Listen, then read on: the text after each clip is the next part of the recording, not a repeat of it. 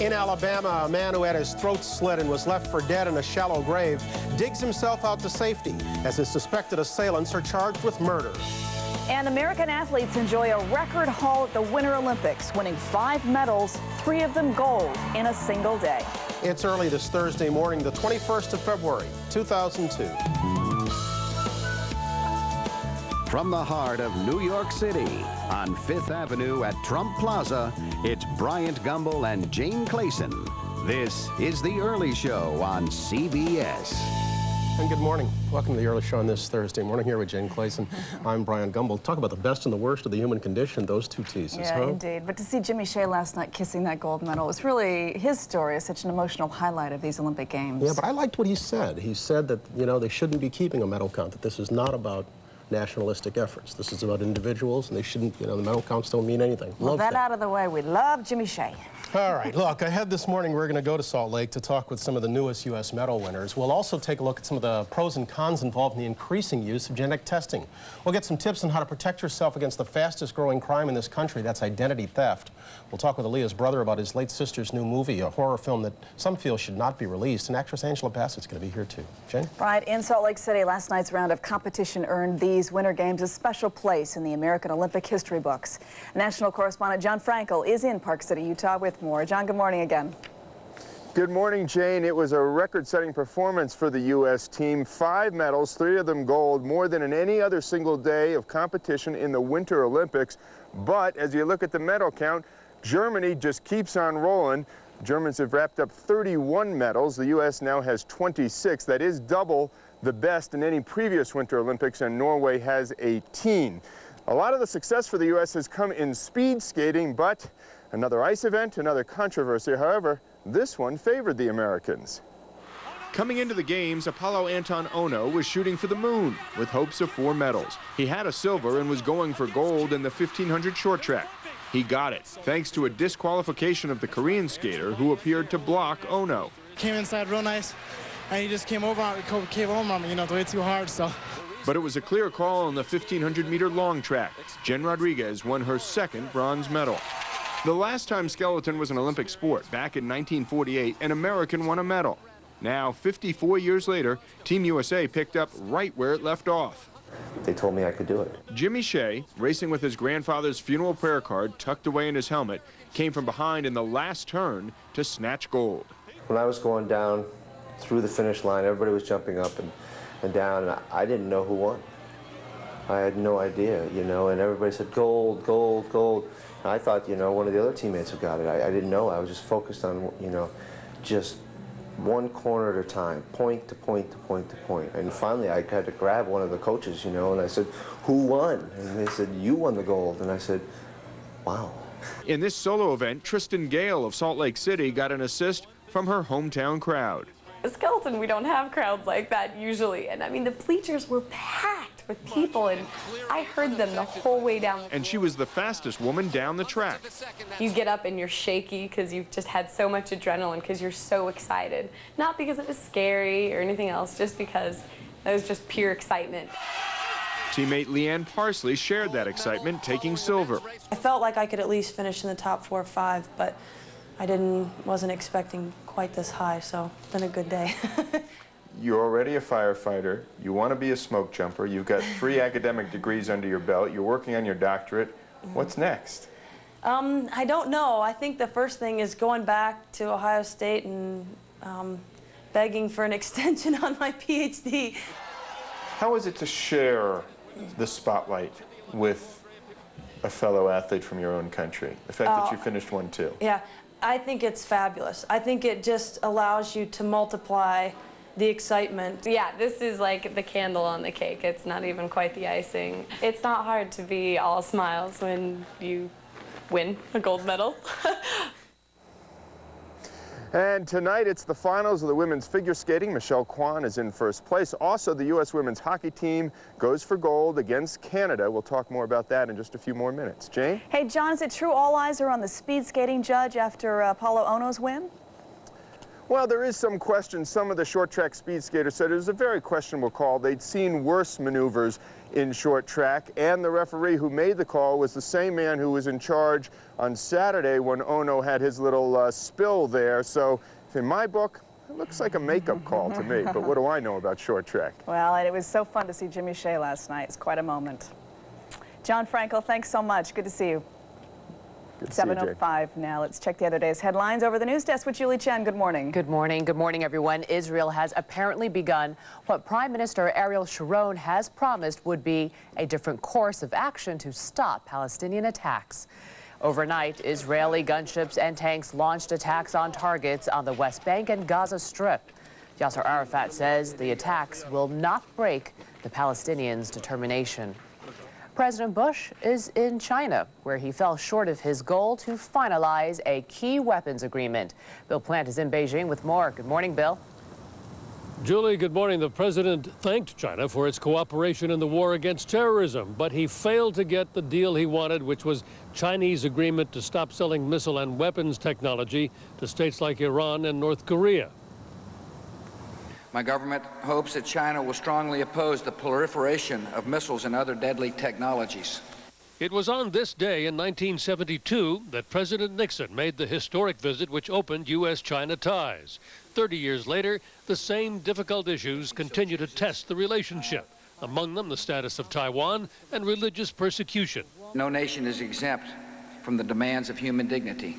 All the world's people, including the people of China, should be free to choose how they live, how they worship, and how they work. Mr. Bush speaks later to students at an elite university here. He says he's going to tell them about American ideals. The Chinese say they're going to carry the speech live throughout the country on TV, but if they do, it'll be a first. Promises like that have been made before, but the Chinese have always edited out anything they thought sensitive. Julie? Bill Plant in Beijing, thank you.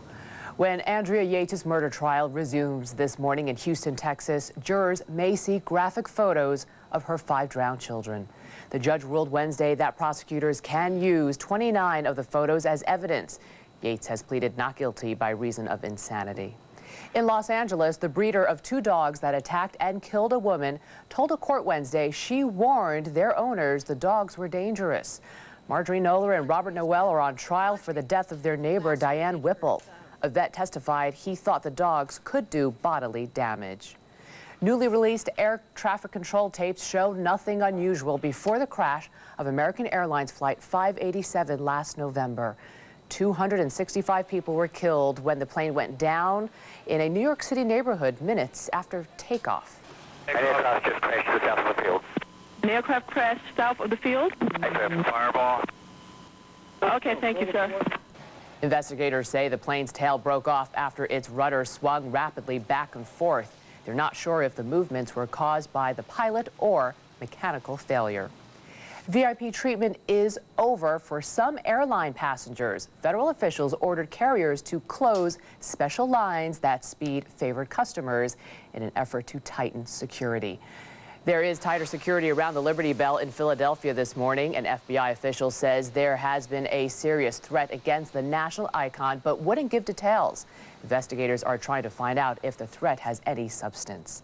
And that is the news this morning. Now here's Brian. All right, Julie, thanks very much. Late last Sunday night, 2 robbers in Alabama shot and killed 12-year-old Brett Boyer and slit the throat of his father, Forrest. They threw both in a makeshift grave, covered them with dirt, and left them for dead. Only Forrest Boyer wasn't dead.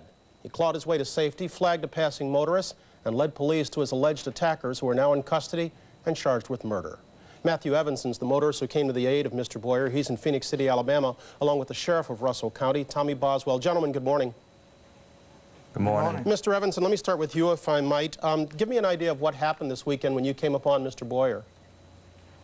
Mr. Boyer was in the middle of the road as I drove by, flagging me down, and I did a U-turn and came back to his aid, pulled off the side of the road and used my cell phone to call 911. Before I pick up that story, let's give a listen to your 911 call. 911, what's your emergency? I got a guy standing on the side of the road up by Lucy Reservation, and he's bleeding really bad, and they said he's dead, and they said somebody killed his son. What else did Mr. Boyer have to say to you once he got in the car? Once he got in the car, he was telling me everything that had occurred to him and his son, and that he knew who had done it, and really his main concern was to find his son. He realized at the time, though, that his son was dead, didn't he? Yes, he did. I know he was hurting emotionally. Physically, what kind of shape was he in? How much pain was he in? Did he speak of his pain? Well, to be honest, I was really surprised that he could talk with the way his throat was. It was something like out of a Stephen King film. Slit, wide, 6-7 inches maybe. And as he talked, as he moved his hands away to show me, you could actually see his larynx going up and down. Let me, Sheriff Boswell, any idea of just how long Mr. Boyer had been buried alive? We don't think he was actually in the grave covered with dirt more than about 15 or 20 minutes. 15 to 20 minutes, still a considerable amount of time. What kind of shape was he in when you got to him? Well, we sent him on to the hospital in the ambulance. Of course, he was covered with blood and dirt and in pretty bad shape. Once he got to the hospital, though, we found that the wound was not vital, that it was a terrific-looking wound, but it didn't hit anything vital. Yeah. How much trouble did you have locating his assailants after Mr. Boyer was safe?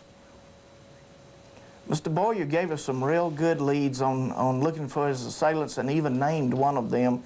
And it took about 12 hours before we could get them both into custody and gather the evidence for the case. Have you any doubt at this point that the motive in this case was robbery?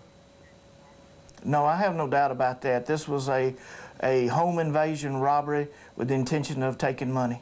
Have you had a chance to interrogate the suspects? The suspects have been interviewed by the investigators that are working the case. And what have they been able to tell you about what happened? The district attorney doesn't allow us to get into the actual substance of a statement like that. However, they implicated themselves in the act. Mm-hmm. I was just curious because I'm wondering, after shooting Mr. Boyer's 12-year-old son, Brett, 3 times in the head, why they would take the chance of, and it sounds terrible to say, of just slitting Mr. Boyer's throat and not being sure of his death. What can you tell us about the 2 men you have in custody? Both of them are local residents. They have minor offenses in their background, and there was no indication of this kind of violent behavior. However, we're confident that we've got the right people that were involved. Is it true that both men will also be charged with a couple of murders that were committed last month? That's correct. We have been working with the county north of us, Lee County, and have been able to develop information that they were also involved in a similar type home invasion robbery. Yeah. Mr. Evanson, have you had a chance to see or speak with Mr. Boyer since that first night? No, I haven't. I went up to the hospital the day he was supposed to be released, and they wouldn't let me see him. You're going to plan to try to look him up? Yes, sir. I've been by his car lot and talked to his longtime friend, and I plan on getting up with him and seeing how he's doing. Yes, sir. Sheriff Boyer, you spent time with Sheriff Boswell, you spent time with Mr. Boyer on Tuesday. How's he doing now? I think physically he's doing remarkably well. He's having some problems emotionally, dealing with the death of his son, which is certainly understandable. Yeah. Sheriff Tommy Boswell and Matthew Evanson, gentlemen, thank you both for getting up with us. I appreciate it. Have a good day. You too. Thank you. Alrighty. We're coming up on 7:14. Let's swing it outside and get our first check of the weather. Mark McEwen's in charge of that. Mark, good morning. Good morning to you, Brian. Got a good day for you today. We may touch 60 degrees in New York City. It's in the 50s this morning. This coat's going to go away after a while. Let's show you what's going on. Up and down the East Coast, when New York City south, you're going to see a pretty sweet day. 60s and 70s. You can read them on the map. Little rain across the Red River Valley. No big deal there. 80s for Texas. Southwest, San Diego to L.A., those 70s are going to be mid to upper. And we want to point out the Northeast, a little snow around the Great Lakes, but up into New England, northern New England, they'll see a little rain, a little fog. Not a great day. Hang in there, guys, but it's going to be warm. That's a quick look at the national forecast. Here's an early look at your weather. We have some scattered snow showers across Michiana right now. Our News 22 snow tracker is showing some light snow falling here in South Bend, up towards Niles and over towards Bridgman and Stevensville. We'll continue to see some scattered snow showers off and on through the course of today. Even tonight, we're expecting some scattered snow showers. Here's your forecast. Today's high will be 35 degrees with some scattered snow. That's the airport sky cam in the background where you can tell it's still snowing right now. Tonight, more scattered snow and cold with a low of 22. Man, it's mild out here. Sweet. Going to be near 80 in LA today, too. Wow. Oh, wow. All right. Thanks, Mark. You're welcome. Mark, thanks so very much. When we come back, we'll take a look at the chilliest rivalry of the Winter Games, and later, a new and cool approach to treating heart attack patients. 1:15. Stay with us. We're back after this.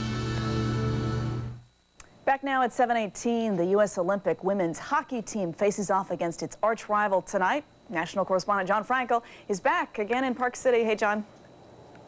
Hey, Jane. Well, in 1998, the U.S. women's hockey team exercised its demons and upset Canada to win the gold in Nagano. This time around, the Americans are favored, and most experts agree. If ever there was a sure thing in sports, this is it. We've thought about the whole, okay, there's pressure. How do you repeat?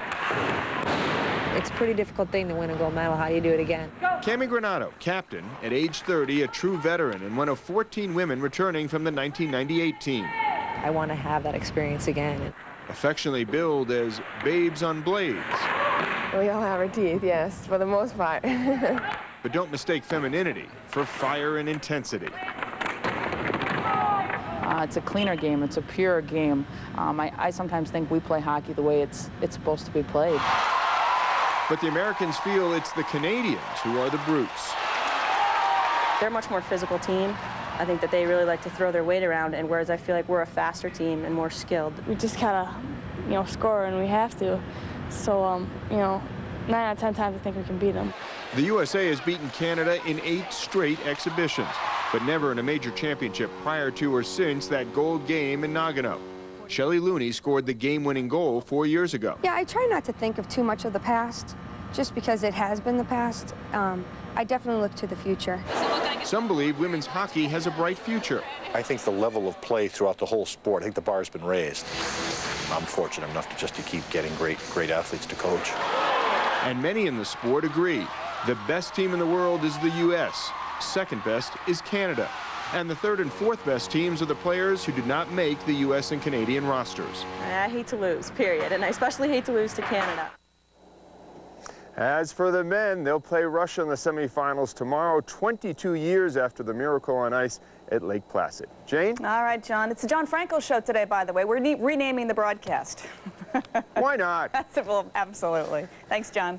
7:20 now. Time for this morning's Market Watch with Susan McGinnis. Hey. Hey, good morning, Jane. Thank you. Well, what a comeback on Wall Street. Bargain hunting gave the Dow its best gain of the year. The index rose 196 points to 99.41, winning back a big chunk of a steep 2-day loss. The Nasdaq surged 25. A key inflation indicator is getting a facelift. The Labor Department says it's going to publish a new consumer price index to address complaints that it overstates inflation.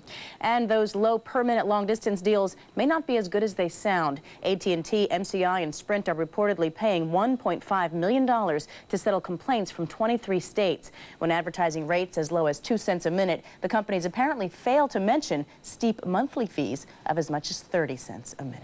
For more on the day in business, check out our website, cbs.marketwatch.com. Back now to Jane and Brian. All right, Susan, thanks so very much. Thank you, Susan. You realize John is in his idea of heaven, don't you? Well, he's skiing, I think, maybe more than he's working. Yeah. We'll have to check that out, which is okay. He thinks the hours are brutal, but he gets to ski. He gets to ski every day. Don't go there. He's been out with Matt skiing every day. Has he? Yeah, just about. So you're getting a full report on our employees. Yeah, something like that. Keeping track of everything. We still got lots more ahead for this Thursday morning. When we come back, Aaliyah's brother talks about the marketing of his late sister's new horror movie, and we'll get into the growing debate over the merits and drawbacks of genetic testing. Coming up on 7:22, you're watching the Early Show on CBS. CBS Market Watch, sponsored by Pearl Vision. Nobody cares for eyes more than Pearl.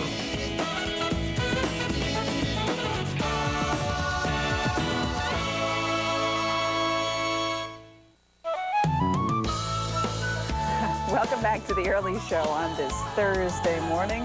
Lighthouse is working, but I'm telling you, my friend Mark McEwen says up to 60 degrees today in the Northeast. So all that fog is going to clear out. We're going to have a beautiful day coming up. Welcome again. I'm Jane Clayson. Coming up in this half hour on The Early Show, we'll see how hypothermia, which is usually a fatal condition, is now being used to save heart attack patients. We'll also talk with the brother of the late singer and actress Aaliyah, whose final film, Queen of the Damned, has been generating some controversy about ethics and respect for the dead.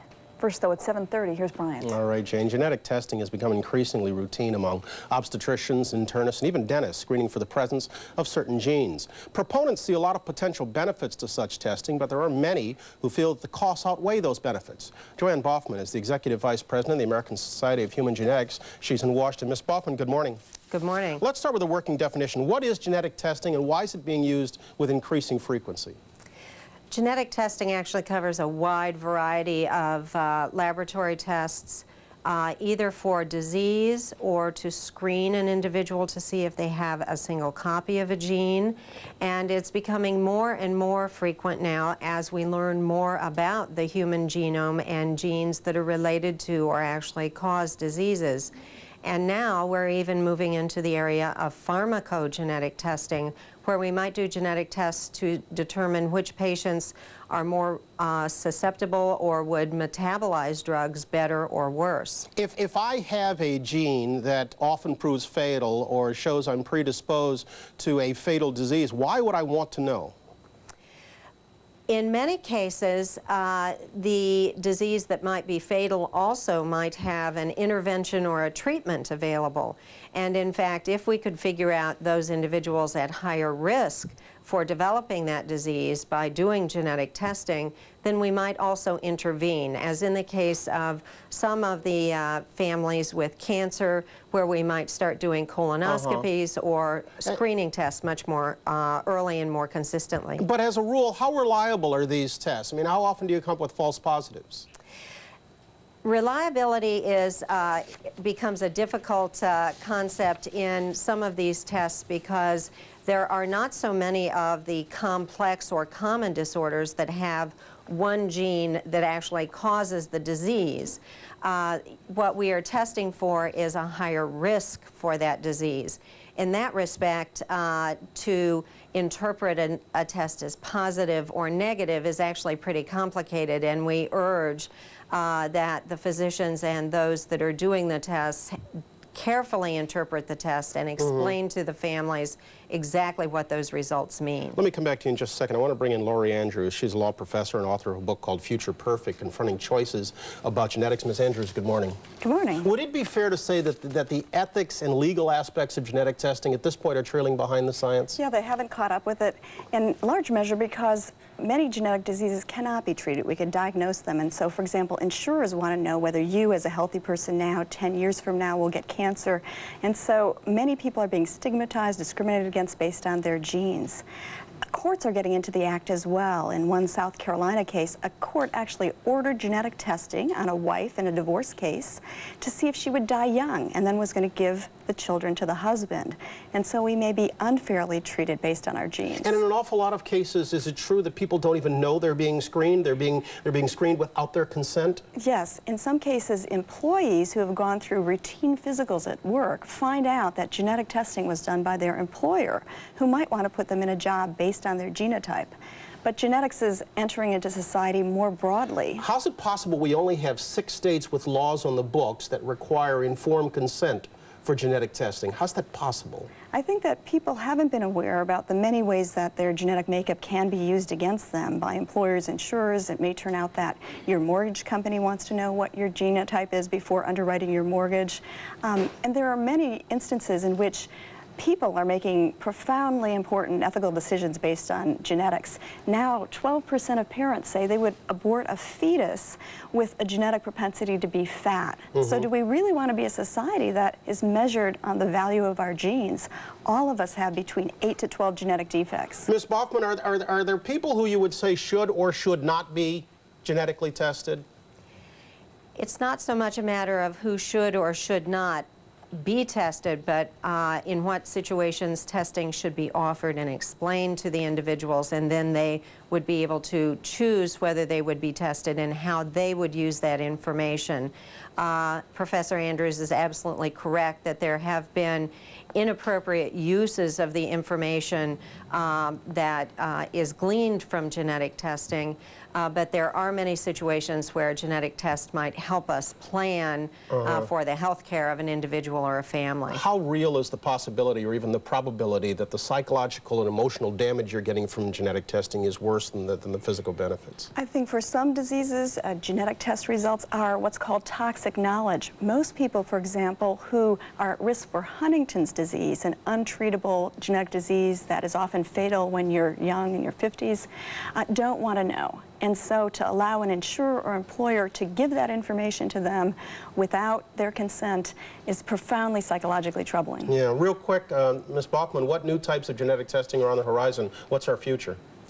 Well, genetic testing is expanding very rapidly as the human genome is more clearly understood, and we are learning more and more about the complex common disorders where specific genes may lead to a much higher risk of those disorders. And I think that's really where we are moving now, along with the pharmacogenetic testing and determining which drugs are most effective. All right. Joanne Bachman in Washington, Laurie Andrews here in New York. Thank you both. Ladies, I appreciate it. It's 7:36. Mark? There you go, Brian. Such a beautiful morning. Decided to come in and share it inside with you, Jay. We'll be heading back out again. Let's show you what's going on around the country. Around 60 for New York City today, 55 or so right now in the city. That's really sweet. Once you go south from there, going to be nice up and down the coast, middle of the country. The northern plains, central part of the country, will see even a warmer day tomorrow. We've got a little snow to talk about. A bit of a gusty wind off and on, some snow showers, mid-30s through the Great Lakes, but most of the country's saying, ooh, it's a nice day. That's a national forecast. Here's an early look at your weather.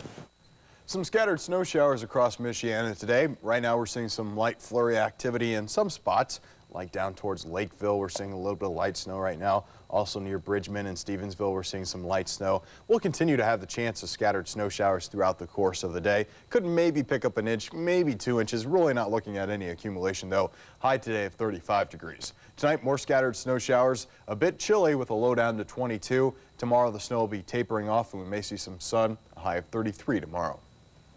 Yep. Aaliyah's brother. We're talking about Aaliyah. Her new movie's coming out, Queen of the Damned. And he did her, dubbed her voice. That's right. Yeah. It was looped into the movie afterward. Rich Little did that for Peter Sellers in the last Pink Panther movie. Yeah, we'll talk with Aaliyah's brother about that and about the marketing of his late sister's movie coming up, and later how to avoid being a victim of the fastest growing crime in America, identity theft. That and much more when we continue on The Early Show at 7:38 now. We're back after this.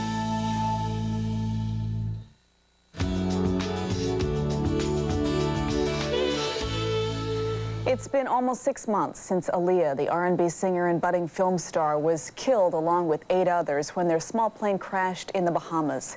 This weekend, the final feature film she was working on before she died will be released. Queen of the Damned is based on one of the popular books in the Anne Rice vampire series. Aaliyah plays the title character, Akasha, the mother of all vampires. Now you are my consort. That's why I kept you safe. Alive. You? You thought it was all you? The ego of a king as well. Rashad Haughton is Aaliyah's brother. He's in Los Angeles this morning. Mr. Haughton, good morning. Good morning, Jane. A lot of people doubted that this movie would ever make it to theaters. Were you optimistic that it always would? Yes, I was. Aaliyah was very, very adamant about this film. She worked extremely hard, and everyone that worked hard on this film, we were 100% behind making sure that it came into theaters. Aaliyah's death was so tragic, and I know it's been so difficult for you and for your family, and certainly for many of Aaliyah's fans to deal with this. At what point did you realize that you wanted to bring this movie to life? Well, it was really a no-brainer. As soon as everything happened, me and my family came together and we said this film has to come out because it really was a dream come true for Aaliyah to get the role. She worked extremely hard with many different people. Her acting coach, Harold Guskin, Mace Perlman, a movement coach, a dialect coach. This was a really difficult role that she put a lot of time and effort into, and it really was a step in the right direction for her acting career, and we knew what it meant to her, and it was only right for this film to come out and for her fans to be able to enjoy it and see her work. A lot of her fans have expressed some concern about the release of the movie, thinking that it might be disrespectful to her memory. What do you say about that? Well, I believe that ultimately fans have to be able to separate reality and fantasy. It is entertainment, and it is a fictitious role. Aaliyah did this role before everything happened, and I know because of what's happened, it adds a different light to it. But ultimately, it's art, and she's at her happiest moment performing her art, and it's actually a wonderful, excellent role, and I think her fans will ultimately embrace that fact and enjoy the film. It's a horror film, so I know the subject matter was a bit touchy. Did that worry you at all?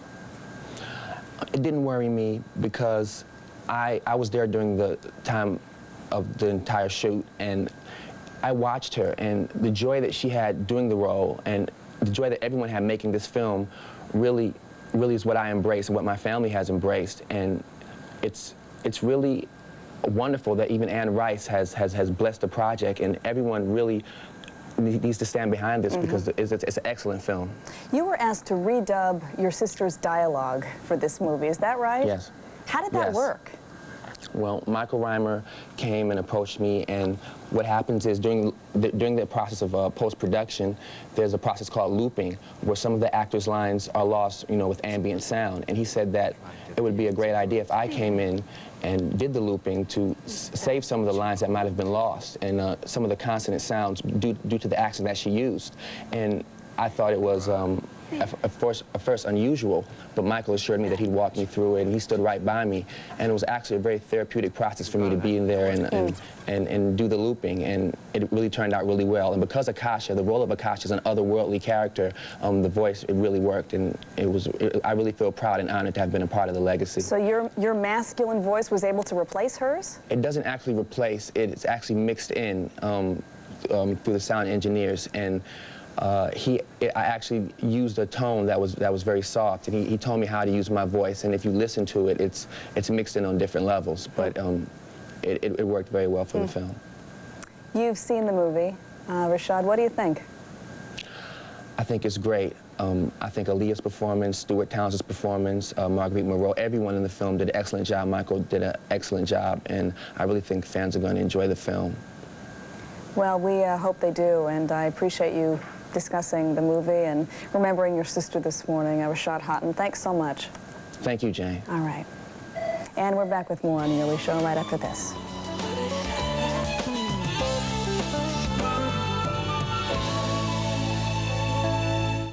Tonight, Dave's mom returns to the Olympics. Hi, David. Plus, an all-new update from Salt Lake City and Academy Award nominee Halle Berry tonight on Dave. Can't understand why you've been gaining weight? What are you going for? It looks like virality. This man is actually eating in his sleep. 48 hours, Friday.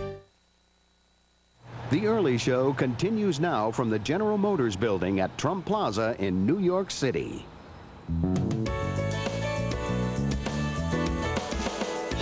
Almost 250,000 people die each year from cardiac arrest before help can arrive. Those who are resuscitated remain at high risk of death or serious brain damage. Well, now a new therapy is improving the odds of people who are brought back to life simply by cooling down their body temperatures. Dr. Emily Senay has more in this morning's Health Watch. Embo, good morning. Good morning, Brian. What is this new therapy? What's it involve? Well, we know that when a person has cardiac arrest, their heart stops beating and blood flow to the brain stops. And even when the heart is revived, for reasons that we really don't know, that neurological damage can continue. And many people who survive cardiac arrest wind up with brain damage. So one method that is showing really very great promise is this method called therapeutic hypothermia. This is actually chilling people out. And 2 studies out this morning in the New England Journal of Medicine show, one from Australia, one from Europe, show that a body temperature dropped to 33 degrees Celsius, that's about 92 degrees Fahrenheit, for 12 to 24 hours after cardiac arrest greatly improves the chance that a person will leave the hospital without very much brain damage or none at all, and also increases survival. But hypothermia itself is often fatal. Isn't this fairly dangerous? Well, that's what many people think when they hear the word hypothermia, because they associate it with people who've been left out in the snow and had frostbite and things like that. But no, this is really about controlling body temperature to a very specific range. In other words, normal body temperature is about 98.6, and in these cases, they drop the temperature down to the 91 to 89 degree Fahrenheit range. At what point does it become dangerous? If it goes past that. Exactly. So controlling the level that you drop the body temperature is obviously very important. Okay, give me the med speak. How exactly do they cool the body? Well, they did it a couple different ways. In one, it was as simple as packing the patient with ice bags around them. In another, they had a mattress that emitted cool air, surrounded the patient, and that's how they cooled their body temperature. And they're working on other ways.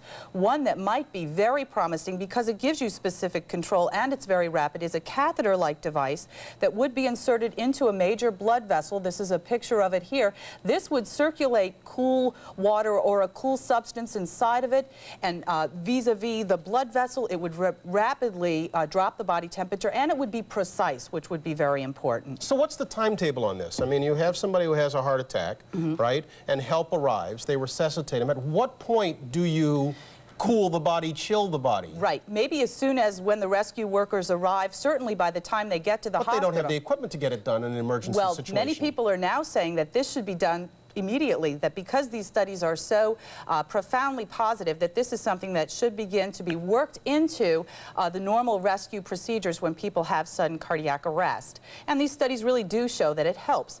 So what would happen then would either it would be in the field, or once they get to the emergency room, they would begin to be cooled down there. Are there downsides to the cooling, that people who have certain diseases, certain maladies would not react well to this kind of a treatment? You know, I'm not sure about that, but I do know that they're going to broaden out the uses for this, looking at everything from people who've just had a heart attack, stroke, even people who've suffered spinal cord injury as a possible way to help them and improve neurological outcome in those people. Nice stuff. Em, thanks very much. Okay. When we come back, we'll talk with some newly minted Olympic medalists, and later we'll see why those slow-cooking crock pots are coming back into vogue. 7:52, we're back after this. CBS Health Watch sponsored by Tropicana Pure Premium. Powerful nutrition and only from Tropicana.